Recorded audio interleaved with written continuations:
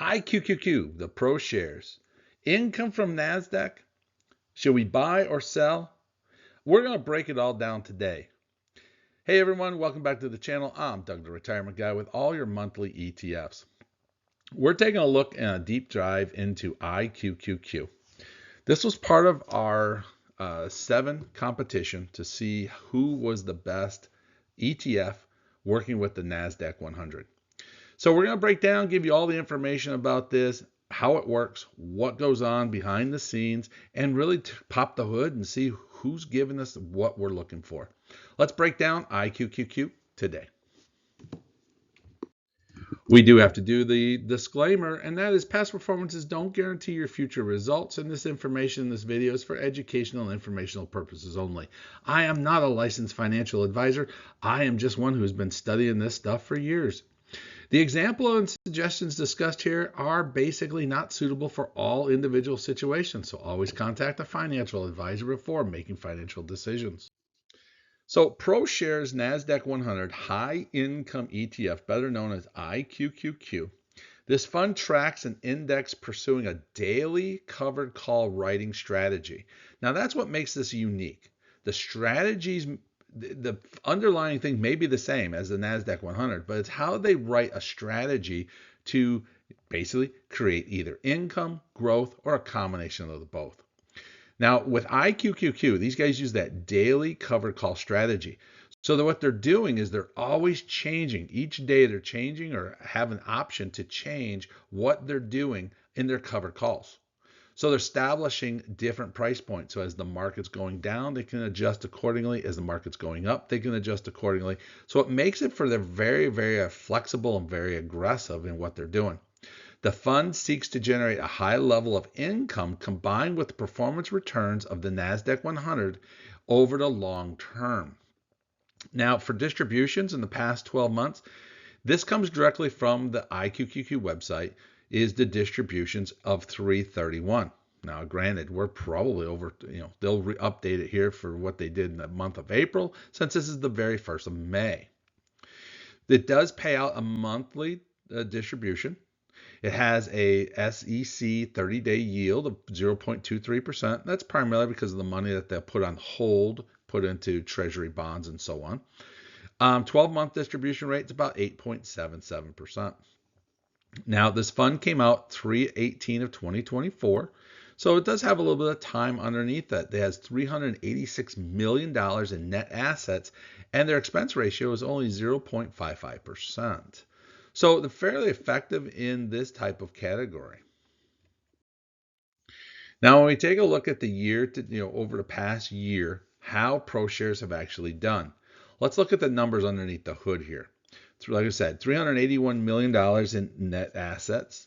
The expense ratio is 0.55. They have 8.22 million shares outstanding.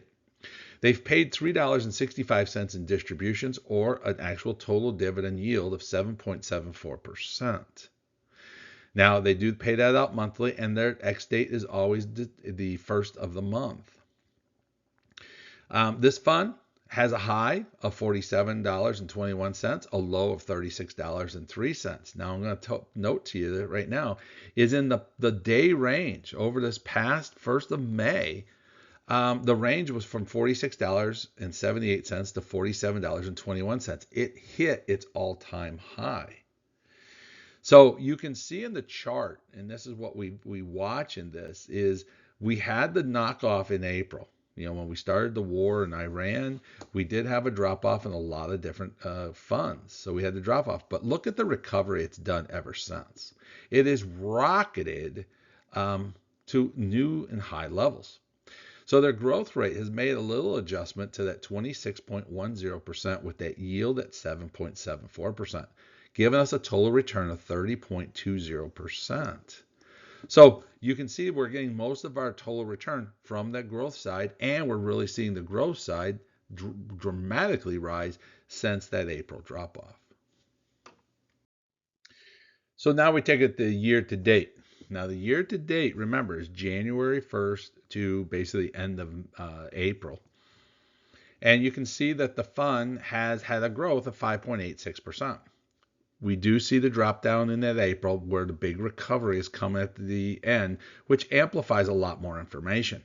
The yield is 1.67%. So to get a total yield off of it, what they're technically looking at, you're going to times that by 3 because we're 4 months into it. This gives it a solid, nice total return so far in the first 4 months of the year, 7.51%. So again, the fund is built for growth, not so much on the yield side moving forward. When we take a look at the holdings of the fund, now a lot of QQQ funds are built off of technology. Well, this one here, 25.39% is technology. Okay, we're in 6% consumer discretion, 6% in communication services. So you can see this actually is a little bit different from what the actual Nasdaq 100 actually built. While Nasdaq 100 is more into technology of almost 64%, and consumer discretions is second in about 20%. These guys amplify a little bit differently. That's what's unique, knowing how the strategies work and what's underneath the hood of a particular fund. Here we look at this and say NVIDIA is their number one at 7.28% of the fund is in NVIDIA. Then we look at Apple, Microsoft, Amazon, Google, and you can just see they just continue adding into it, building that technical side. Now 53% of it is other because they're putting money into the treasury bonds. Now we take a look at the dividend payout charts, and this gives us basically how is the cash flow coming out of this. Now, one thing that we do see with this is kind of an interesting piece of why we put this on here. Your dividend average is about 30 cents a share per week. But when you look at it, April did not hit the average, March did not hit the average, February wasn't the average, December or January was 10 and a half cents. December 27 cents. You look at this and then you see a lot of funds that are down 9 cents, 2 cents. IQQ does not pay out a consistent level. You see some big special ones that they use, like the $1.55 in May, that throws off your average. So I always look at this and say, well, realistically, they're trying to dial into that 20 to 25 cent program. This would make it hard for a retiree to balance the dollars and cents coming in because it's not consistent. That's why I also come back and say this fund's more towards that growth side. How are the taxes handled? Well, this is a big question that a lot of people add to this.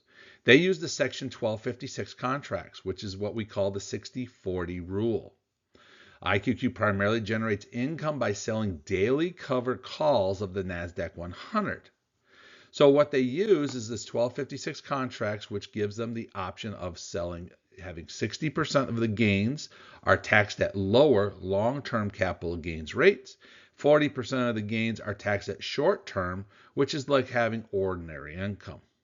So why does this matter? This is specifically more tax efficient than other income funds where 100% of distributions is taxed as ordinary income. So it helps down the road if you're putting this into a brokerage fund. If you're into a Roth or a 401k, you're probably it's not going to affect you as much and see the benefit of this unless you're in a brokerage side of it. Now, the other thing, number 2 that they do use is the return of capital. Now, the return of capital, I have a great video on that. We've talked about this many a times, but if you're not familiar with what ROC is, that is where they take the tax deferred. Okay, the ROC distributions are not taxed in the year that they're received. Instead, they reduce your cost, the price you paid for the shares. It's an accounting type system, so it's not saying you're taking anything away from you. It's basically lowering your cost basis. The trade-off is when you eventually pay tax on the money is when you sell the ETF, and then it shifts the tax burden from high immediate to basically giving you that long-term capital gains into the future. So it's a unique way. A lot of people use this. If you use it the right way, it's a phenomenal tool. If you use it the wrong way, this is where you're going to get your NAV erosion coming from. So let's take a look at total returns. As you know on this channel, I am a total return person. What does the total numbers mean to me? And we look at this for our office year to date. You can see it was pretty much running in the negative range and bottomed out in that early April category. It has rocketed ever since, and the growth has helped get this thing out of the negative zone to that 7.34%. When we take a look at over the past year, it's been in the positives. The positives run 37.95% total return. So it really comes into is when did you enter into the fund, how long have you held the fund, and where you're at with it with your numbers. And I'll give you some positive. If you were buying this in the bottom, in a negative run in April, you're now in a positive flow of cash. So it's just really how this works is where it's at, but you can see the long-term run of the funds. So is this fund good for retirement? Well, it depends on what classification you want to put it into. If you're looking for something for growth, I love it for growth. If you're looking for income, it's not as strong as other funds that are out there. That's 7.74%. I'm not saying it's bad. I'm just saying 7.74% in the yield. I see other funds out there in the double digits that are probably more into the income side of it. But you're looking at 37.99%. Man, this thing gets pushed to the growth side very heavily. Your total return numbers look very strong, 7.55 versus the 30.20%. So here's what I always tell people. I would put this personally in a growth bucket of my funds. If you're not familiar, what I do is I have a foundation fund, which is primarily into the hardcore Nasdaq 100 or the S&P 500 that I just lock it in there. Then we go to a growth fund, which is we're trying to grow our funds across the board. And I would put this fund into that section. And what I would do is drip. If you don't know what dripping is where we're taking the income and we're reinvesting it back into the fund. The whole idea of this is to continue to grow my portfolio bigger and bigger and stronger using the income as a growth tool of growth. So I'd use a drip as the income option. So this is my right to it. What is your take onto it? Do you think this is a good fund for retirement? Is it a piece that you like to have in growth? Do you currently own it? I'd love to hear from you. Leave a comment down below. And best of all, don't be afraid to hit that like button. It helps the channel the most. And if you're not, don't be afraid to hit that subscribe button. Thank you for watching. Press the